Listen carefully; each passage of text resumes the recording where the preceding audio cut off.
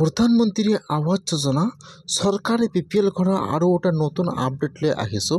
সেইটো আপডেট হ'ল আপোনালোকে যদি এতিয়ালৈকে চৰকাৰী ঘৰটো লাভ কৰা নাই আৰু এইবাৰ আপোনাৰ নামটো বা আপোনাৰ ঘৰত আহি জিঅ'টেক কৰিছিল, তেনেহ'লে এতিয়া কেনেকৈ আপোনালোকে চৰকাৰী ঘৰৰ নতুন লিষ্টটো আপোনালোকে আপোনাৰ নিজৰ মোবাইলৰ পৰা চেক কৰিব যে আপোনালোকৰ লিষ্টত নামটো আহিছে নে অহা নাই বা আপোনালোকৰ জিঅ'টেকটো হৈছে নে হোৱা নাই।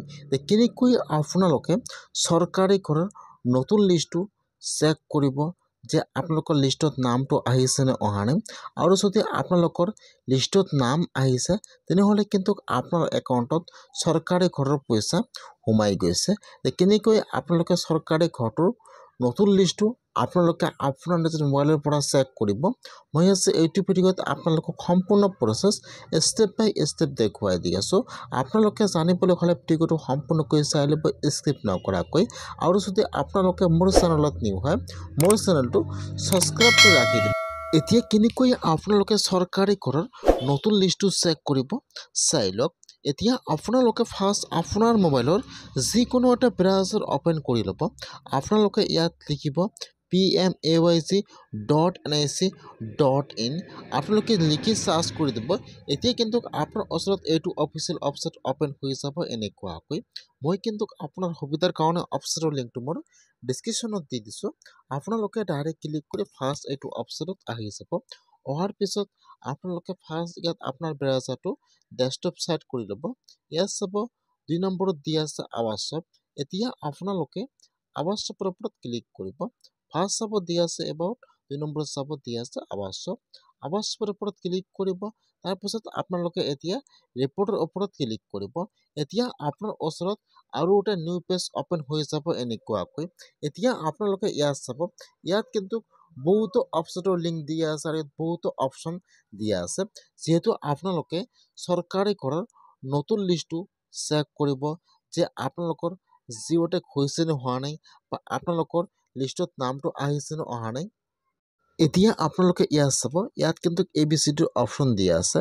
এতিয়া আপোনালোকে একেবাৰে তলত আহি যাব।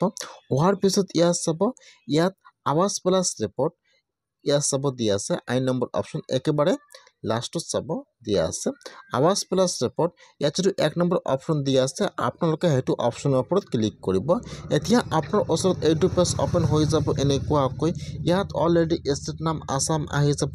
তাৰপিছত যিটো আপোনাৰ ডিষ্ট্ৰিক্টৰ নাম হয়, আপোনালোকে চিলেক্টত ক্লিক কৰি ইয়াত আপোনাৰ ডিষ্ট্ৰিক্টৰ নামটো চিলেক্ট কৰি লৈ ল'ব। তাৰপিছত ইয়াত আহি যাব আপোনাৰ ব্লকৰ নাম। এতিয়া আপোনালোকে ইয়াত আপোনাৰ ব্লকৰ নামটো চিলেক্ট কৰি লৈ ল'ব।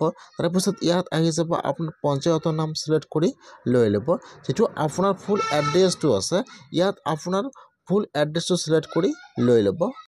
ফাৰ্ষ্ট ষ্টেট নাম, তাৰপিছত ডিষ্ট্ৰিক্টৰ নাম, তাৰপিছত ব্লকৰ নাম, তাৰপিছত আপোনাৰ পঞ্চায়ত নামটো চিলেক্ট কৰি লৈ ল'ব।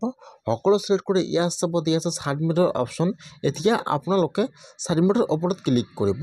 যেতিয়া আপোনালোকে ছাবমিটৰ ওপৰত ক্লিক কৰিব, লগে লগে কিন্তু আপোনাৰ ওচৰত লিষ্টটো অ'পেন হৈ যাব এনেকুৱাকৈ।